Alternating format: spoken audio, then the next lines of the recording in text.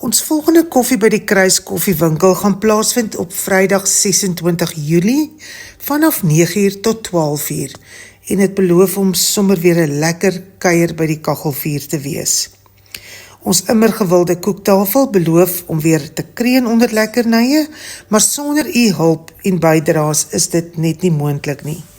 Indien u enigstens bereid sou wees om vir ons te help met enige gebak, soet of sout, kan u asseblief vir Tersha by die kerkkantoor skakel om u hulp deur te gee. Dan gaan ons ook heerlike curry en rys die oggend verkoop, soos verlede keer. Ons het net 'n beperkte aantal, so u sal ook moet vinnig spring om te kry. Maar ons het ook u hulp hier nodig om ons te help met die voorbereiding daarvan. Het sy die curry kook of rys vir ons kook. U kan ook dus net vir Tersha by die kerkkantoor skakel om u hulp aan te bied. Baie dankie, laat ons weer eens op u kan staat maak.